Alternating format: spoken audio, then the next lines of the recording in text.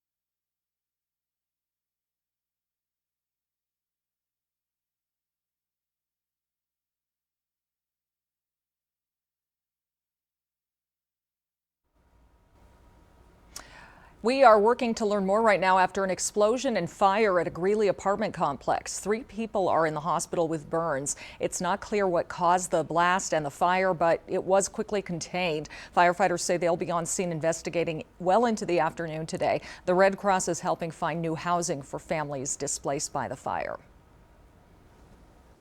Custer County has lifted restrictions on businesses effective immediately. The county says it is acting under the governor's guidance. The positivity rate in Custer County is currently a flat 0%. The mask mandate will remain in place.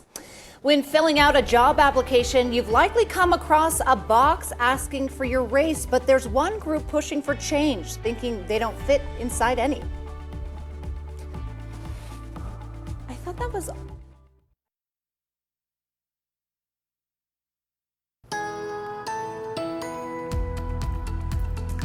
It is going to be a beautiful day today. Temperatures right around 60 degrees for us here in town. 60s across the northeastern corner of the state.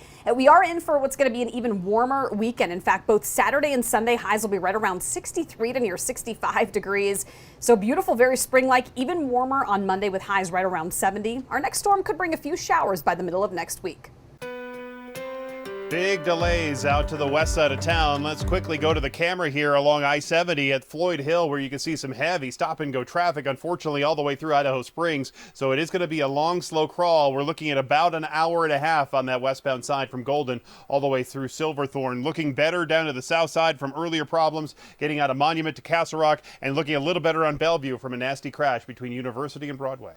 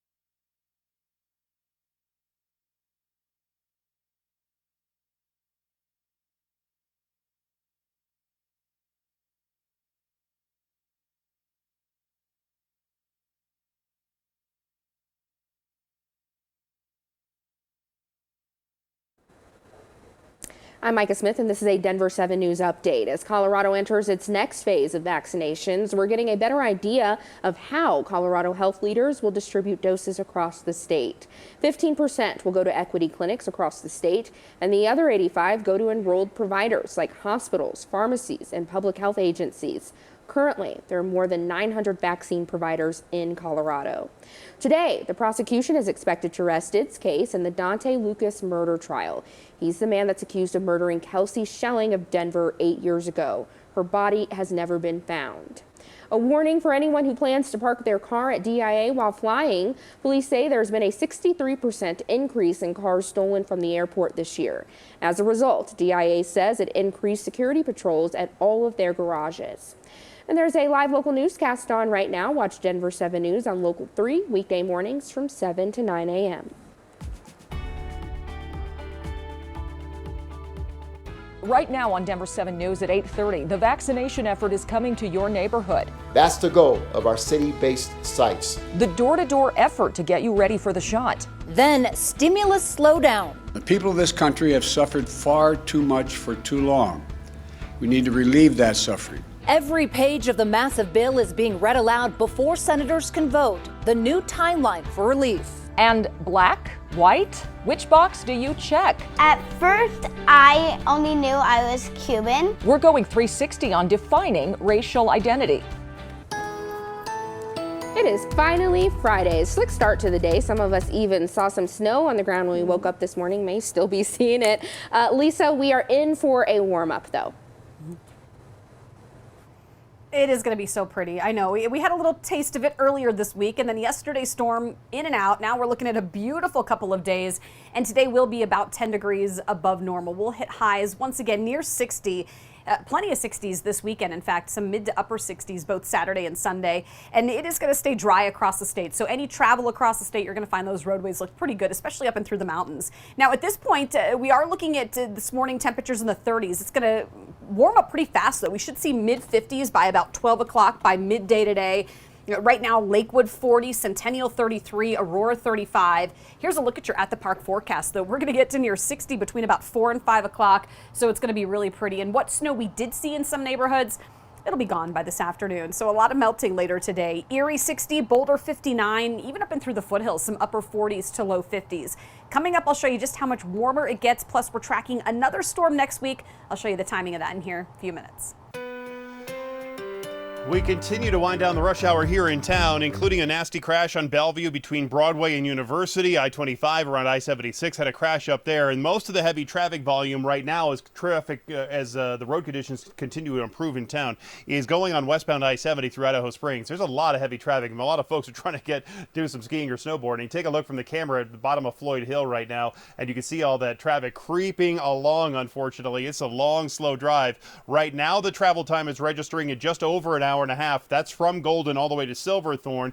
Obviously, take a couple minutes back if you're just going up to Loveland, maybe to A-Basin, or over to Grand County. So it's going to be a little slow for you there. The rest of the drive continues to wind down from that north side to downtown with about a 22-minute drive all the way through about Colfax. Taking a live look now at Capitol Hill, lawmakers are back in another marathon session debating the next COVID relief bill. The new developments come after a nearly 11-hour reading of the more than 600-page American Rescue Plan Act in its entirety. Republicans say the bill is too expensive. Democratic leaders have promised they'll pass the nearly $2 trillion bill before next week, with or without Republican support. The city of Denver is setting up more community vaccine locations. 3 new sites are opening up. The first opens Sunday at Bear Valley Library. Another site opens on Tuesday at Martin Luther King Jr. Recreation Center. And the final opens Wednesday at Barnum Rec Center. One site is already operating at Montbello Rec Center. If you live by these neighborhoods, you can call 720-865-3005 to set up an appointment. As Colorado enters its next phase of vaccinations, we're talking to those behind the scenes working to vaccinate our state and still keep the public safe. Bob McDonald, Executive Director of Denver's Department of Public Health and Environment, joins us live to talk about the efforts Denver is making as we enter the next phase of vaccinations and as more and more of our community reopens. Good morning, Bob. Good morning. Let's talk about the COVID dial. 5-star businesses in Denver can now operate with level blue restrictions. When do you see the whole community moving into the next phase, as is the case in some of the surrounding counties? Well, you know, that's hard to say because we have more and more variants that we're seeing just across the country, and we haven't seen quite as much of that here in Denver, but we still need to keep our eye on that. So we don't want to spike from these variants, but I'm confident that this summer we are going to pull out of this pandemic. So things are looking good right now with the data. To the summer. I know in the beginning a big focus was on testing. Now, not that we're shifting focus, but vaccination just as important. How is the city and county allocating resources to be able to get vaccination up to the scale that we had testing on? Well, you know, equity has always been our North Star with this pandemic, and that is certainly most important right now with making sure that we reach our underserved communities. We work very closely with Denver's Racial Equity Council to identify static sites placed in communities that are underserved. And you had mentioned earlier in this segment that those sites are opening up. Many are open. More will open over the upcoming weeks. The mayor has made a plea to have and sent letters to our federal administration asking for direct allocation of vaccine to Denver. I don't know if that will happen or not, but we're doing everything we can to make the registration process easy and to make it easy for those that are underserved to get to these sites. And in fact, on Monday, we will be launching the first mobile unit where people who are not able to leave their home can call in and register to have a mobile unit come to their home to get vaccinated. Wow, that's incredible. I know that will help increase access for a lot of communities. Throughout the past couple of months, I know the city has been working really hard to connect with underserved communities. You mentioned a couple of ways they're doing that. Do you see that being a long-term thing? How do you view some of these changes as being long-term for the foreseeable future? Well, every step of the way, as I said, we have to reach our most vulnerable communities, and not just in terms of accessing the sites, but making it easy for them to register for the vaccine. And so, that effort is going to end when this pandemic ends. We are not going to slow down with our equity efforts until this pandemic is over. So it's going to continue to be a huge push every step of the way. Working toward equity is a permanent job that's here to stay. Bob McDonald, the Executive Director of Denver's Public Health and Environment Department. Thank you so much for joining us. You're welcome.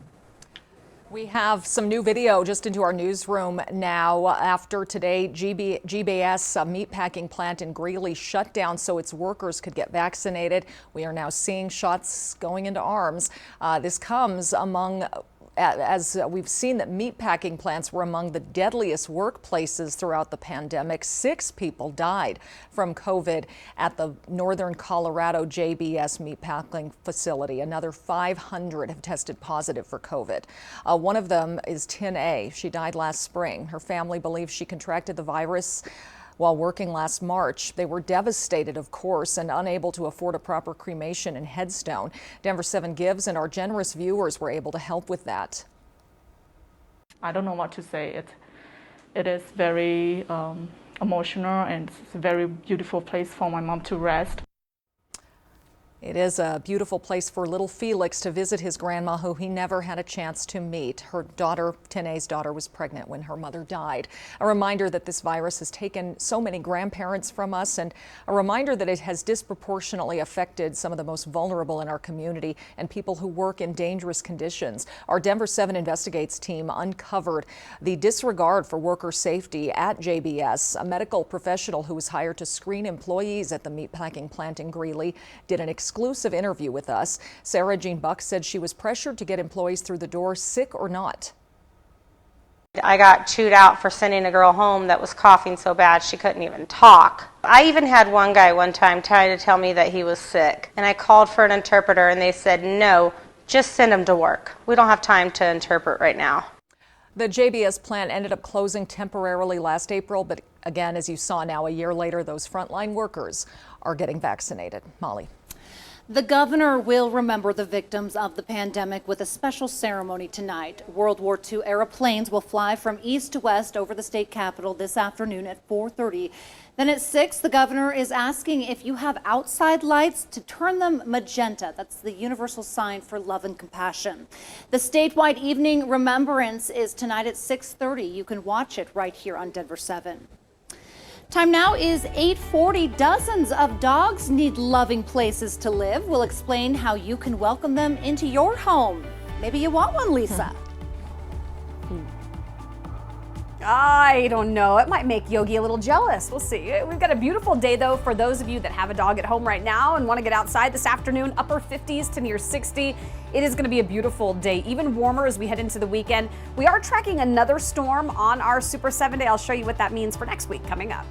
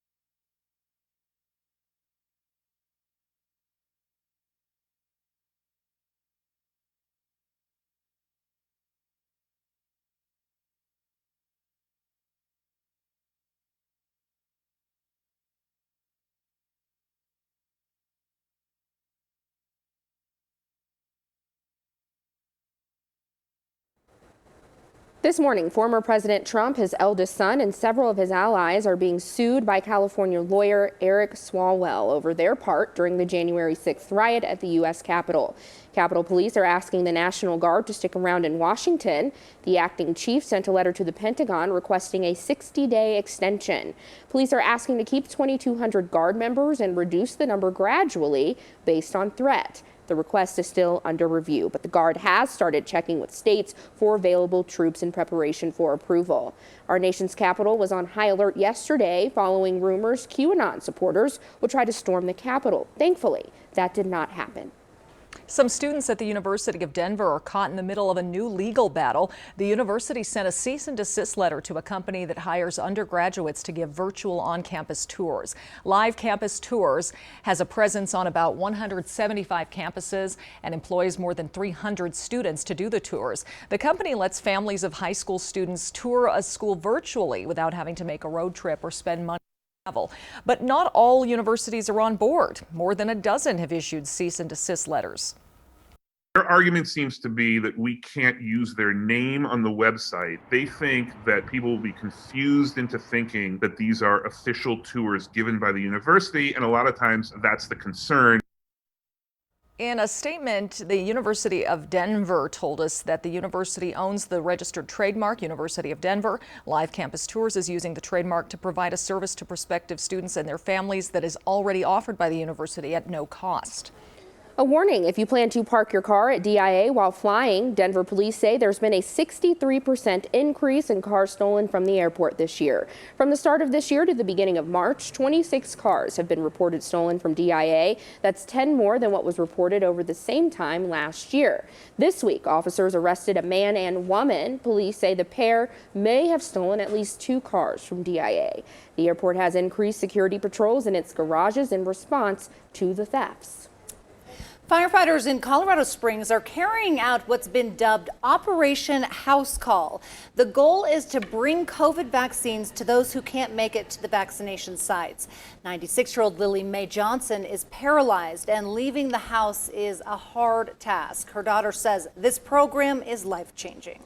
I'll be able to let more people come in to see her because she has grandchildren and great nieces and those kind of things, and they want to come over, and I have to limit who can come in. So 2 other counties in our state have similar programs right now. If you've ever filled out a job application or form at your doctor's office, you've likely come across the box asking your race. For most, they don't think twice, but it's not all black and white. Denver 7's Russell Haythorne shares the struggle for people who think they don't fit inside any box.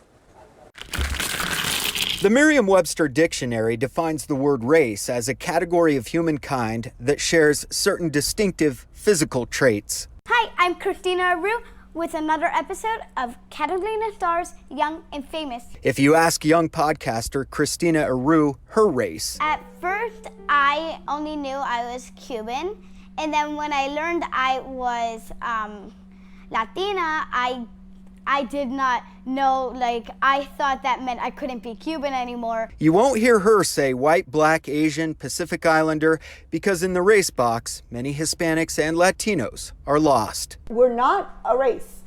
We are so different, and that's the problem too. We are so many countries, and you're trying to just bottle us up. Christina's mom, Kathy Aru, a journalist and founder of Latina magazine Catalina, has battled with this topic since she started the magazine 10 years ago. I called it Catalina because there was such a controversy on what to label ourselves. So I went with my name, Catherine, in Spanish. The word Hispanic refers to those who are from a Spanish-speaking country, but Latino or Latina includes people from countries in Latin America who speak Spanish, Portuguese, or other indigenous languages. Often the 2 terms are mistakenly used interchangeably, yet the words Hispanic and Latino identify an ethnicity, not a race. So when it comes to the data collected, we have limited options. When we think about a race, we are either white, black, Asian American, Native American. We can choose one of those races, while Hispanic, Latino becomes an ethnicity. And I think that's where we struggle, many of us, is where do we fit in? In some cases, choosing ethnicity is not even an option on data collection forms, and identifying race and ethnicity gets more complex in many cases. Hispanics and Latinos can identify as white or black as well. But what happens when you're in between? My 11-year-old found a mug that it was a coffee mug, café con leche, and there were different colors. It went from pale to darker, and it depends how much milk you add to your coffee. And that's how we've been able to explain our colors in our family. But there are no boxes for that.